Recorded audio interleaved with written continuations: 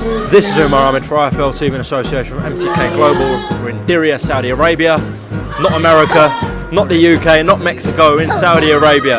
Manny Robles with 3 days out from a huge heavyweight rematch. Fighters just faced off. You were near the action. What was said, if anything? All right. The reporter is already on some bullshit. He's setting them up for a series of questions that's going to make him completely uncomfortable. You know what I mean? If you guys know anything, 70% to 90%, however you want to see it, of communication is nonverbal. Manny Robles already kind of feeling some type of way. You can see it in his body language. You can see it in his face, because the reporter said, I'm here with Manny Robles. We're not in Mexico. We're not in the United States. It's like we're not in UK. We're in Saudi Arabia. He already knew that Manny Robles didn't want to be in Saudi Arabia, and they wanted to fight on their terms. Their fighter was already concerned with getting boxed from range and getting beat by a decision. Rematch, champ, of course, but it's gonna be on my term and our term. We're gonna bring it back here in the United States. AJ low key scared. Oh yeah, why do you think he's over there trying to make the fight over there in Saudi Arabia? Like I said, I don't have no protection over there. The United States of America wants to. Never mind, I can't say nothing. They want Anthony Joshua to fall into the hands of coming inside and being reckless again, because they're fully aware that that's how they got their win. You could believe differently if you want to. People can try to push this narrative that Anthony Joshua's outboxed. That's full of shit.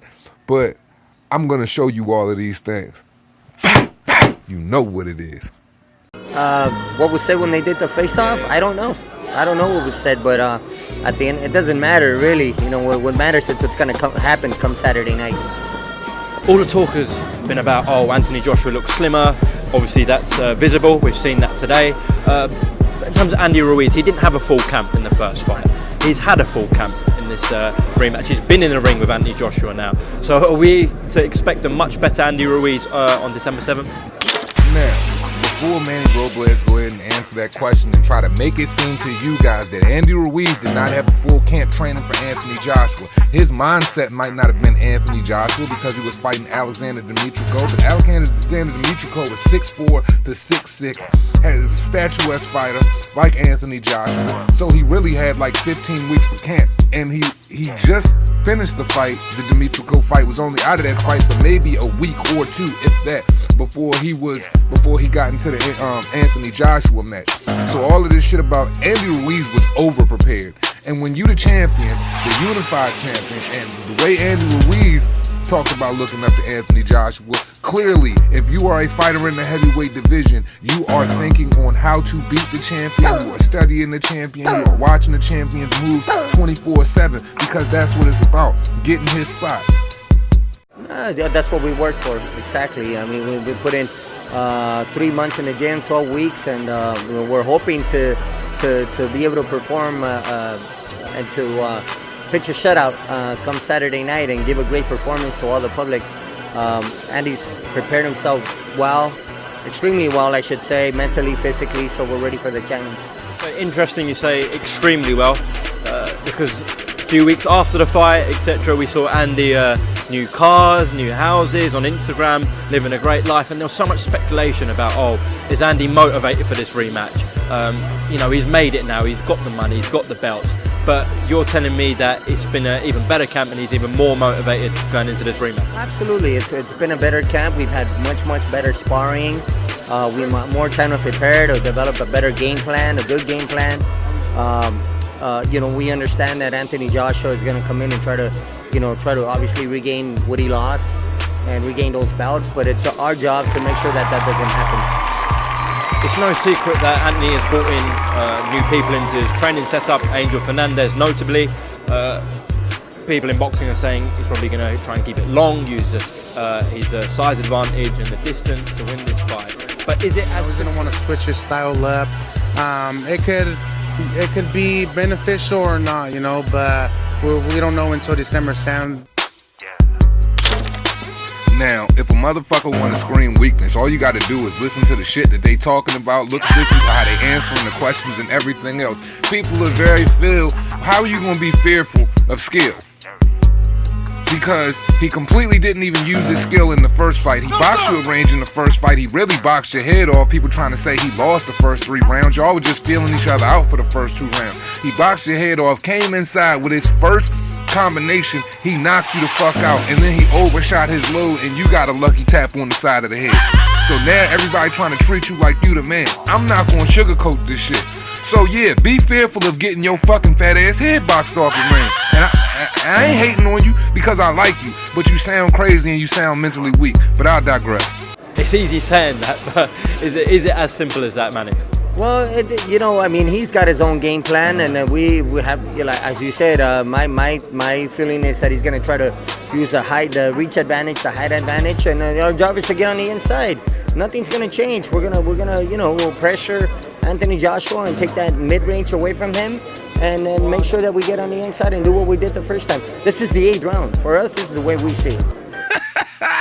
Now I have to call 100%, 1,000%, 10,000%, 100,000%, 1,000,000% bullshit. You want to know why I say that's 100, 1,000, 1,000,000% bullshit? No, sir. Because, bro, you never got inside. What are people missing here? You never got inside. He knocked you down and he gave up his height. Now, if he boxed you like he boxed Joseph Parker, oh my God. Oh my God. But I digress. Man, I got to keep it all the way funky, man. They making me mad. They making me mad, bro. Selling these narratives like this little chunky fast food eating, fountain drinks sipping, spare tire hanging out the trunk having, lamb and rice and Saudi eating. Bastard, like, this nigga did not motherfucking just get granted that W. Now, he got it, he fought for it, he won it, but man, let's not act like Joshua some sucker, Joshua just like this skirt or something like that. Man, let's be serious, bro. Y'all niggas be making me mad, like, be making me real mad.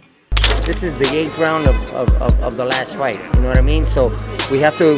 We understand we're not the favorites. We understand that this is we're still. They're still looking at us as the underdog. Why do you think that is? Because because that's what it is. I mean, if you look at the if you look at the bets, if you look at the comments that people have been making and so forth and so on. All right, now we get into the meat and potatoes. Now this is what I brought you guys all here for, fight fans. We get into this is the whole reason why I brought you guys here, because yeah, they ain't keeping that same energy. The self-doubt is seeking in. The thoughts of losing those belts and certain lifestyles, inserting coach percentages that take a high increase, are seeking in. Because why would you be concerned with the bets, the bookies, or anything else? You know people thought it was an upset. I mean, realistically, people just want to rattle feathers. People want to hate, and like I said, it's certain people's job to push certain narratives. It's the blogger's job to blog. It's the social media guys' job to make good social content. It's the internet guy's job to make clickbait. So people take how they want. Everybody knows Anthony Joshua gave that fight away, whether people want to believe it or not. It's called overhyping the fight. It's called just trying to. Casual fans are easily fucking manipulated, bro. They're easily manipulated. Everybody believes Andy Ruiz is that guy. I can understand why Mexico going crazy, because it's the first time they had a Mexican heavyweight. But I mean, shit. Just thank Anthony Joshua for taking his foot off the gas and giving you that opportunity. But I digress. Let's get into this shit.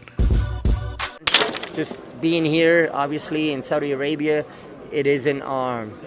We don't feel like it's great being here, but we don't feel like. If it was up to us, we'd be fighting in Mexico someplace, or California, Las Vegas. Manny, you making me mad, bro. You making me real mad. If you wanted to fight in America or Saudi Arabia, bro, why did you sign the rematch clause? Why would you sign it? And guarantee your fighter only a 10% bump in his pay. Oh, because you didn't earn the position, that's right. Oh, because you wouldn't be fighting for the unified belts, would you? No, sir. I digress. Y'all niggas be making me mad. Y'all making me real mad. Y'all wanna have y'all cake and eat it too. Just be blessed, bro. Salty ass niggas, bro. Y'all making me mad. So we understand this isn't our show. This is a Matchroom Boxing show. This is a Anthony Joshua show. Oh, so now you're not feeling the love. This is the Matchroom show. This is the Anthony Joshua show. This is the spectacle for the world to see the two-time champion come back, right? Man, I see a lot of self-doubt creeping in over there, Manny Robles. I mean, shit, Andy Ruiz said that the fight is on his term. Rematch, champ. Of course. But it's going to be on my term and our term. Y'all gonna have it in Mexico, y'all gonna have it in America. And remember, you were the one who said in the interview that you guys didn't sign anything yet. And they could say that you're fighting in Saudi Arabia, but that doesn't necessarily have to be so unless two people agree, remember? But y'all almost got them lawyers sicked on you by Matchroom. That's why you acquiesce. That's why you over there. And even still, they didn't have to bend on none of your demands. But they gave you an increase in purse instead of suing you. And on top of that, you fighting on neutral ground, because if I was Anthony Joshua, I would have made you fight in front of 90,000 Brits. Fuck that. I want home territory. I lost, man. We got to get that feeling back, man. It's a vibe. It's a vibe. And your vibe is telling me that y'all fearful of certain things. But let's continue. So we have to make sure that changes come Saturday night, and we make sure we got to get that W, get that win, whether it's by decision or by knockout, and make sure we change the course of destiny. I'm saying you kind of changed the course of destiny already on your own when you got a unified fighter under your stable and y'all won the belts and y'all changed the course of history on June 1st, because y'all were definitely an underdog then. Now technically, I wouldn't even want Anthony Joshua to be an underdog right now. I wish the odds were in y'all favor, because all people do is, how y'all British boys say, they smile in AJ's face and then they slag him behind his back. They don't believe he's gonna win the fight. They don't believe he got a shot, when everybody knows that Anthony Joshua did not get outboxed. He gave up his height and he recklessly overshot his load. Pause. I will say that again. It's not gonna be that kind of party. When I look at Anthony Joshua, when I look at Andy Ruiz, boy, he get jabbed all night.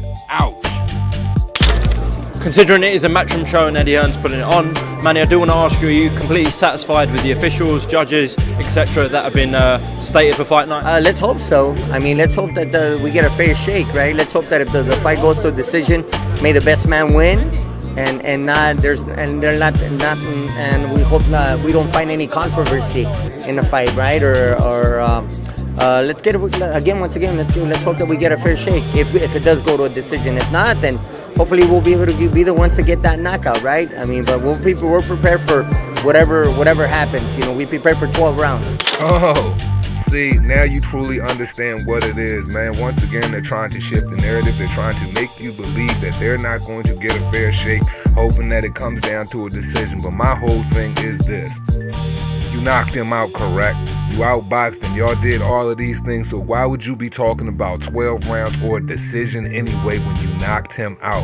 And another thing for you dummies that don't believe that they have the upper hand and they haven't been treated fairly, wasn't the first fight in Madison Square Garden, and was Andy Ruiz a top 5 heavyweight? I'll wait. No, he was not. Andy Ruiz just fought Alexander Dimitrico and was just blessed by Al Heyman to even be put on the PBC because he was just on the brink of suicide. Al Heyman gave him a chance. He fought Alexander Dimitrico and he tweeted Eddie Hearn to death to get that opportunity. Eddie Hearn watched his fight, gave him the opportunity, and changed his whole life. And he had the first fight in Madison Square Garden. So if the fight was in Saudi Arabia or on the freaking moon or in UK, you should have absolutely been there, because the opportunity you got wasn't necessarily because you earned it per se. He saw something in you that no other promoter truly saw. You know, Bob Arum definitely don't see it in you. He say you got soft hands and a long torso. So I'm just saying, Manny Robles, Andy Ruiz, for y'all to push these narratives, man, it just shows how fearful they truly are, man. And honestly, it makes you look weak and it makes you look bad, because every way you look, Andy Ruiz and his team has tried to blow up this fight. because they never wanted to get in the ring for the second fight anyway. That's why I'm a firm believer that Anthony Joshua is truly going to crush this boy. But that's all I got for you guys today.